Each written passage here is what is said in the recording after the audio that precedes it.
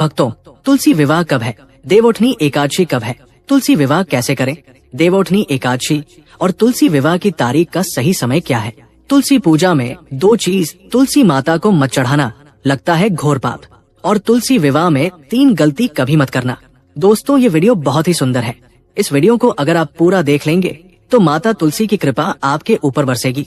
श्री हरि भगवान विष्णु की कृपा आपके ऊपर सदैव बनी रहेगी। तो आइए जानते हैं तुलसी विवाह के बारे में कुछ महत्वपूर्ण जानकारियाँ जो आपके भाग्य को बदल देगा। आज का वीडियो यदि आपने मिस कर दिया तो समझो आपने भगवान श्री हरि विष्णु और माता लक्ष्मी की कृपा को ठुकरा दिया। इसलिए दोस्तों, कमेंट में लिखें जय तुलसी माता, लाइक जरूर करें। हिंदू धर्म में तुलसी को बेहद ही पवित्र और पूजनीय पौधा माना जाता है। तुलसी एक पौधे के साथ साथ एक प्रकार की आदरणीय देवी भी है। ये हमारे लिए माँ के समान है। तुलसी को माँ लक्ष्मी का स्वरूप माना जाता है। हर वर्ष कार्तिक महीने की शुक्ल पक्ष की एकादशी को तुलसी विवाह किया जाता है। इस दिन भगवान विष्णु जी योग निद्रा से उठते हैं। साथ ही साथ ऐसा माना जाता है कि इस दिन से ही जैसे मांगलिक कार्य होते हैं, जितने भी शुभ विवाह होते हैं, मुंडन कार्यक्रम जो होते हैं, गृह निर्माण होते हैं, गृह प्रवेश होते हैं, जितने भी मांगलिक कार्य होते हैं, इसी दिन से ही शुरू हो जाते हैं। तो इस बार 12 नवंबर 2024 को देवउठनी एकादशी है और इस दिन विधि विधान से तुलसी विवाह का आयोजन करने की परंपरा है। तुलसी विवाह की संपूर्ण पूजन विधि और महत्व इस वीडियो में मैं आप लोगों को बताऊंगा। साथ ही इस वीडियो में मैं आप लोगों को तुलसी विवाह के दिन किए जाने वाले उपाय भी बताऊंगा जो आपकी तकदीर को बदल कर रख देंगे। इस वीडियो को अपने फायदे के लिए पूरा जरूर देखना, क्योंकि अधूरा ज्ञान हमेशा खतरनाक साबित होता है। इसीलिए जानकारी पूरी होना जरूरी है। वीडियो में आगे बढ़ने से पहले सच्ची श्रद्धा से कमेंट में जय माँ तुलसी जरूर लिखें। माता रानी के लिए एक लायक तो बनता है। दोस्तों, कार्तिक महीने के शुक्ल पक्ष की एकादशी तिथि को भगवान विष्णु जी महीने की लंबी निद्रा से जागते हैं, जिसके बाद मांगलिक कार्य शुरू हो जाते हैं। और इस तिथि को माता तुलसी और भगवान शालिग्राम अर्थात भगवान विष्णु जी के स्वरूप शालिग्राम कहे गए हैं, इनकी पूजा करने का विधान है। भगवान शालिग्राम को भगवान विष्णु का ही एक अवतार माना जाता है। इसीलिए इस दिन तुलसी विवाह करने से सभी तरह के कष्ट दूर होते हैं और जो व्यक्ति के दाम्पत्य जीवन होते हैं वो सुखमय बने रहते हैं। तो तुलसी विवाह को लेकर शास्त्रों में कुछ विशेष प्रकार के उल्लेख मिलते हैं। वो उल्लेख इस वीडियो में मैं आप लोगों को बताऊंगा। तुलसी विवाह 2024 नोट करें। तिथि, शुभ मुहूर्त और पूजन का समय। तो कार्तिक महीने की शुक्ल पक्ष की एकादशी तिथि को तुलसी विवाह का आयोजन किया जाता है। इस बार तुलसी विवाह 12 नवंबर को देवोत्थान एकादशी के दिन करवाया जाएगा। द्वादशी तिथि 12 नवंबर को सायंकाल में 4:04 पर आरंभ हो रही है और इसका समापन अगले दिन यानी 13 नवंबर को 1:01 पर हो रहा है।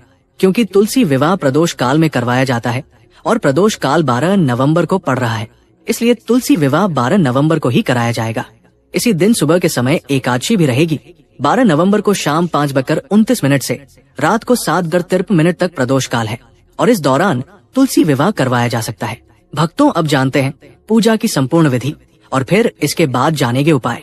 देखिए, तुलसी विवाह से पहले परिवार के सभी लोग जल्दी उठकर स्नान करने के बाद तुलसी के पौधे के पास पहुँचे गन्ने से विवाह का मंडप तैयार करें। आज भी ग्रामीण इलाकों में गन्ने से ही विवाह का मंडप तैयार किया जाता है।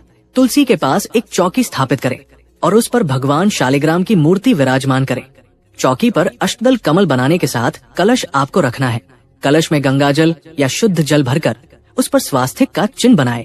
इसके बाद पूजा के लिए धूप, अगरबत्ती, दीप आपको जलाना है और ओम तुलसा नमः इस मंत्र का जाप करना है। इसके बाद आप सभी दर्शकों को हम उपाय बताएंगे। इसके बाद तुलसी माता का 16 श्रृंगार आपको करना है। तुलसी माता को चुनरी उड़ाना है और 16 प्रकार का आपको श्रृंगार जो होता है आपसे जो बन पड़े वो आपको चढ़ाना है। इसके पश्चात भगवान शालिग्राम को चौकी समेत हाथों में लेकर तुलसी की 7 बार आपको परिक्रमा कराना है। ठीक आपको खुद से रख करके परिक्रमा करना है। तुलसी को शालिग्राम के बाईं ओर स्थापित करें और फिर आरती के साथ विवाह आपको संपन्न कराना है। दोस्तों, आपको योग्य ब्राह्मण को बुलाकर के भी तुलसी विवाह संपन्न करा सकते हैं। अंत में सभी को प्रसाद वितरण करना है और आप देखना आपके जीवन में ऐसा परिवर्तन आएगा जो कि तुलसी विवाह के बाद जिसकी आप कल्पना भी नहीं कर सकते। स्वयं खुद श्री हरि भगवान विष्णु जी, माता लक्ष्मी जी आपकी झोली खुशियों से भर देंगी। मैं आप सभी दर्शकों को बताना चाहूंगा कि जिसकी कोई कन्या नहीं है, जिनको कोई भी पुत्री नहीं है, ऐसे व्यक्ति अगर तुलसी विवाह करते हैं तो कन्यादान के बराबर उन्हें पुण्य की प्राप्ति होती है। ऐसे व्यक्ति सभी पापों से मुक्त हो जाते हैं। और एक खास बात बताना चाहूंगा, जो कि इस दिन अर्थात देवोठनी एकादशी के दिन, तुलसी विवाह के दिन, अगर कोई भी व्यक्ति सच्चे मन से इस दिन भगवान शालिग्राम को, भगवान विष्णु को तुलसी का एक दल चढ़ाते हैं, तो एक दल की जो कीमत बताई गई है वो है 10,000 गोदान के बराबर फल होता है। यदि अगर आज जो भी सच्चे मन से अर्थात तुलसी विवाह के दिन अगर आप तुलसी का एक दल भगवान विष्णु को चढ़ाते हैं तो 10,000 गोदान के बराबर पुण्य की प्राप्ति होती है। लेकिन इस दिन तुलसी का पत्ता जो भी तोड़ेगा उसे घोर पाप लगेगा। इसीलिए तुलसी विवाह आने से पहले और एकादशी आने से पहले या कोई भी ग्रहण अगर पड़ता हो उससे पहले तुलसी तोड़कर आपको रख लेना है। या फिर जो तुलसी के पत्ते सूख कर, ज्योतिष शास्त्र के अनुसार तुलसी विवाह 12 नवंबर को है तो आपको 12 नवंबर दिन मंगलवार के दिन तुलसी विवाह करना है। इस दिन तुलसी पर शुद्ध देशी घी का आपको दीपक जलाना है और ओम नमो भगवते वासुदेवाय नमः इस मंत्र का आप 11 बार या 21 बार या फिर 51 बार या हो सके तो आप 108 बार जप कर सकते हैं। इससे मां तुलसी प्रसन्न होती है और घर में हमेशा हरी भरी रहती है। साथ ही उनकी कृपा से व्यक्ति के जीवन में सुख समृद्धि बनी रहती है, धन के रास्ते खुल जाते हैं।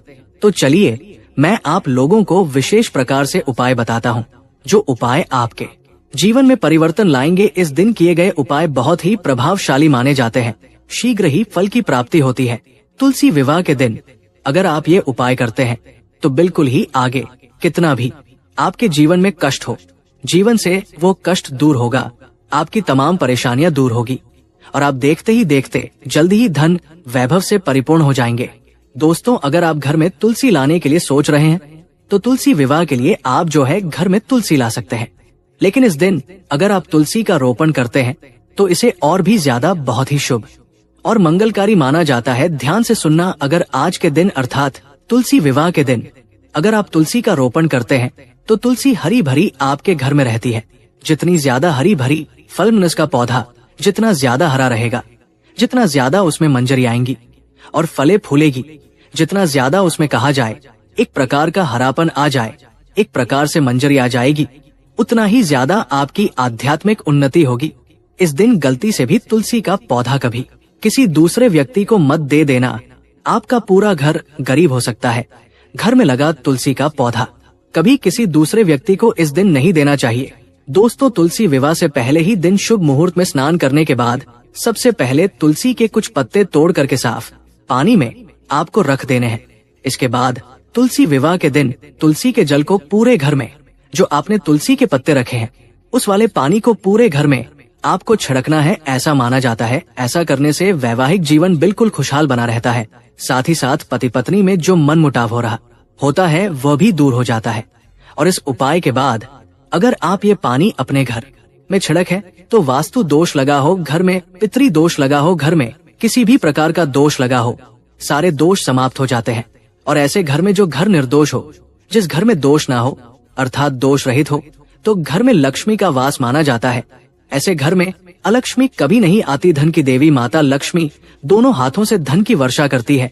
मनचाहा वह पाने के लिए शादी में देरी हो रही है, मनचाहा वह अगर आप चाहते हैं शादी में, यानी कि आपकी जल्दी शादी हो जाए, मनचाहा आपको वर प्राप्त हो या फिर वधु प्राप्त हो, तो तुलसी विवाह के दिन माता तुलसी को लाल रंग की चुनरी जरूर चढ़ाना। फिर इस चुनरी को अपने पास आपको संभाल कर जरूर रखना है। इसके अलावा विवाह की बाधाएं दूर करने के लिए 7 साबुत हल्दी की गांठें, थोड़ा सा केसर, थोड़ा सा गुड़ और चने की दाल किसी पीले कपड़े में बांधकर विष्णु मंदिर में जाकर के भगवान विष्णु का ध्यान करते हुए आपको चढ़ा देनी है।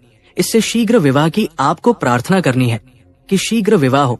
और एक बात बताना चाहूंगा कि एक खास बात, अगर यही उपाय किसी विशेष प्रकार की मनोकामना को करने के लिए किया जाए तो आप जो है केले की जड़ के नीचे में भी ये सारी चीजों को चढ़ा सकते हैं या फिर आंवले की जड़ के नीचे में भी चढ़ा सकते हैं।